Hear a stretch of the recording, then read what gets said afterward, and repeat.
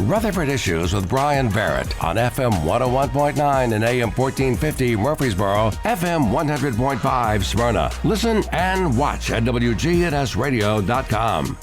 Rutherford Issues is powered by Middle Tennessee Electric, and their charitable foundation, Sharing Change, is funded by members who round up their electric bills to the nearest dollar each month, supporting hundreds of nonprofits. Discover more at sharingchange.org. Today, State Representative Mike Sparks joins me, and he kind of gets our guest for the day, so we'll jump into that here in just a second. But tell us a little bit why we have our friends from Community Options here. Yeah, well, I've been talking to Mika and Antonio Ferguson for, I guess 2 years now, probably. Yes. And she reminded me I'd visited Bailey Collins, which is a street I used to play on. One of my best friends, Kevin Babcock, lived over there across from the home.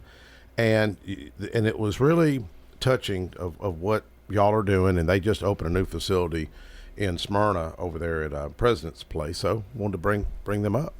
Well, very good. Antonio is the Executive Director of Community Options Incorporated, and Mika McClendon, the Tennessee State Director. So first of all, Antonio, let me ask you about Community Options. Kind of give us an overview or your elevator speech when you say, I'm with Community Options. Well, what is Community Options? Well, Community Options to me is increased advocacy but inclusion for people with disabilities. So that's access into the community, whether that's through homes, employment, or just outright jobs and stuff like that. Gotcha. I'm a big advocate, and that's why I spoke with Mike before. Just people with disabilities, access to the community, and resources are big. And for me, it's what's my driving focus. Is it a statewide organization, or? Actually, we're in 13 states now. Wow, 13 states. 13 How about that? Yeah. So in Tennessee, and I'll let Mika go into it, we operate in 5 cities. So now, in all of those states, was this started here in Tennessee? No, we started actually in New Jersey. Princeton, New Jersey was the original one in 1989. So then we branched out into other states, Nashville and Rutherford being that first area in Tennessee for us. Okay, well, very good. Mika, as the Tennessee State Director, what does that mean for you every day? So it's a lot of fun. We are in 5 cities in Tennessee. We're in Nashville. Our last location we opened here in the Rutherford County area in Smyrna, Tennessee. We're in Cookeville, Chattanooga, and the greater Knoxville area. And so we support people throughout the state in employment and residential supports. We have folks that work with our folks in the home to help them live as meaningful lives as possible. So that's what that means for me here. Yeah. So, Antonio, if you being the executive director and you being in this area, are your corporate offices, for lack of a better word, are they here in Tennessee? No, they're the corporate office is in New Jersey. Okay, New Jersey, yep. where you got the start. Yes, mm-hmm. Your slogan, I guess, or tagline is supporting people with disabilities since 1989. What does that look like? I mean, there are. I would think, Mika, that each individual case is different, no matter if it's the same disability. It is. You know, just like us, everyone has their goals and their vision for their lives. It may be, to work for a particular company. It may be to further education. It may be to own our own home. So what we do at Community Options is help folks meet those goals and meet those visions. And so we hire staff in each of our cities and train those staff to work on those particular areas of vision for each individual. So it looks different for each person. Yep. Now, are Antonio, are these done in the homes, or is it like a central location, or how does that work? You're fine. The premise for the homes is to get homes in areas that we would want to live in with our own family. So we have homes in Rutherford, Hendersonville, Nashville, Donaldson, Clarksville. It is no more than 3 persons to a home. We get to check the home out. The individual gets to say, hey, this is a place I like to live. And that's the part of inclusion that you want. We're trying to get them away from that hospitalization or institutionalization large group setting where they're stuck, and the ratio is 2 staff to 25 individuals. So you'll have that one-on-one care that you want, or that 1-to-2 ratio that you should get. Some of these homes, I'm just like, can I come room with y'all? They are nice. but the access. So to include them in part of the community, some of them are part of HOA, so they get the security that other people get in their community as well. So we have residential housing, which is 24-hour staffing, so 8-hour shifts of staff is there. But we also have a family model, which is more of a adult foster care. So there's no changing staff. It's you living with that person.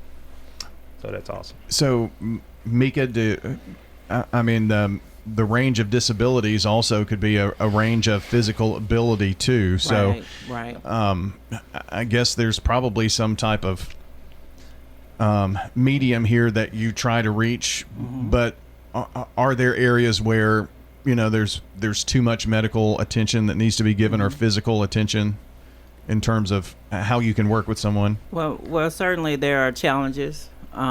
We do.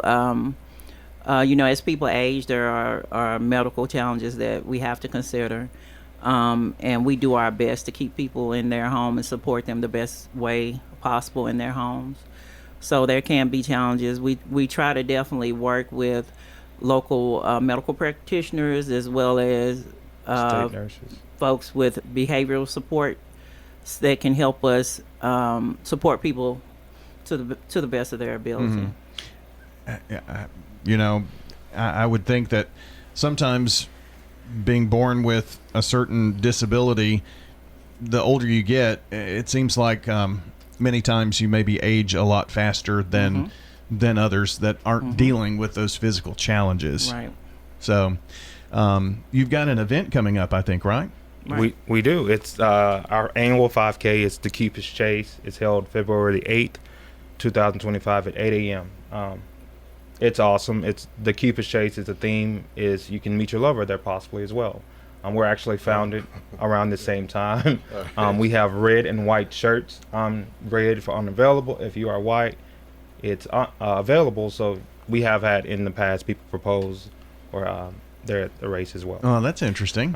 I don't need to go. You can wear the red shirt. I got a red shirt too. You're taken. Although Felicia may wear the white shirt.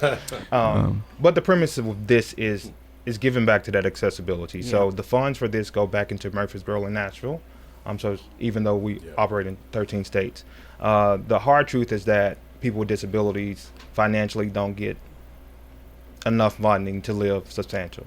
And what I mean by that is you're looking at SSI, which is what, $943 on the baseline a month to live in Murfreesboro or Nashville. You got to have 12 roommates to live in a decent home.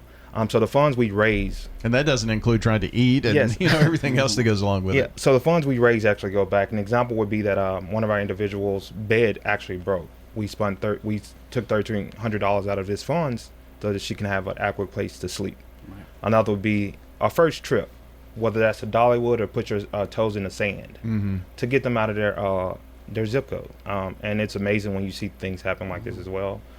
They're very grateful. Yeah. We have people who do work, and unfortunately right now there is a cap, so they can't work so many hours, but then they don't have enough money to do this. Right. Oh, because of the SSI. Right. Yes. Yeah. Right. So yes, this is important to us.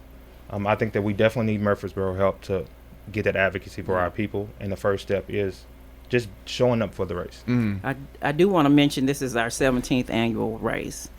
And this is actually, the Cupid's Chase 5K is actually the biggest 5K, because in all of our cities, in 45 cities, this race takes place on the same day in every city. So this is a pretty big deal. It's a pretty big race, and it's very important to us. And the fact that they're all on the same day, this is one of the biggest or the biggest? Yep. Wow. Right. Does that say a lot about Tennessee? And the heart of Tennessee, and people just really want to give and help and advocate for those who need an advocate. Right. Honestly. Right. So the sign-ups, where do you do that? CupidSchase.org. You're actually, when you go online, you'll look for Tennessee. You'll look for Nashville. So Nashville and Rutherford, we're neighbors. Right. Right. A love and hate relationship, but with it being so close, we're combined with our Cupid's Chase this year. Okay. Very good. And information about community options, where would we find that online? At comop.org.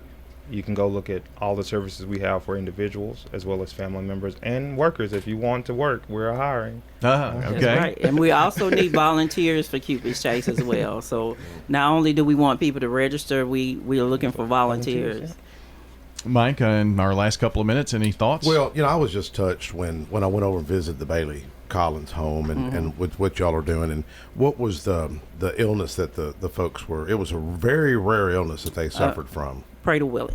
Yes, and I was very moved and touched. I know we've been talking about doing this for, I guess, 2 years, so I appreciate y'all. And if folks want to apply, they just go to comop.org, correct? Yes, Search sir. careers. And your new location? It's 106 Potomac Place. Yes, the Mayor Reeves gave some great Reed gave some great comments. The new town manager and Brad Turner was there. Commissioner Turner was there as well. Yes. Nice event. I think many times for things like this, we want to turn to government for options, but when you have organizations, they can probably do it streamlined, better, and make the money go further, things like that. And there's heart behind it too. Well, you said it, not me. I mean, I know there's good state employees. We don't say that. Sure. But I visited Tennessee Children's Home out in Spring Hill, and I was talking about this. Last night we had a Capitol prayer event at the governor's conference room. John DeBerry was there, and Mark Lewis came. And that Tennessee Children's Home, the Church of Christ helped sponsor that. And I asked the coordinators doing that, I said, how many of these kids here, because it was like a boys' home, and I said, are from fatherless homes? They said 100%. 100%. But hats off the Church of Christ for stepping up to help the Tennessee Children's Home. Baptist Church has some of those here I'm a too. Baptist, Yeah. we help too. Yeah. I'm just not saying them out. I'm just saying that those are the organizations that work in these situations, and for those with disabilities, Mika, I'll let you have the kind of the final word here, but they may feel like they don't have the opportunity or know what to do. I know transportation can be an issue, obviously. So, maybe this is the option for them, community options. Yes, definitely. Again, if folks want to get in touch with us, we are at 611 Potomac Place in Smyrna, Tennessee, is our local office here in the Rutherford County area. We have expanded our services in the area, supporting more people in the area, and definitely we're open to see how we could help if anyone is in need. Mika McClendon, the Tennessee State Director of Community Options Incorporated, joining us today, along with Executive Director Antonio Ferguson. And we thank you so much for tuning in to this edition of Rutherford Issues. Hope you have a great day, a wonderful day. And don't forget to keep it right here on News Radio WGNS as we have conversations about what is happening right here in our very own local Murfreesboro, Smyrna, Laverne, Rutherford County communities. Have a great day.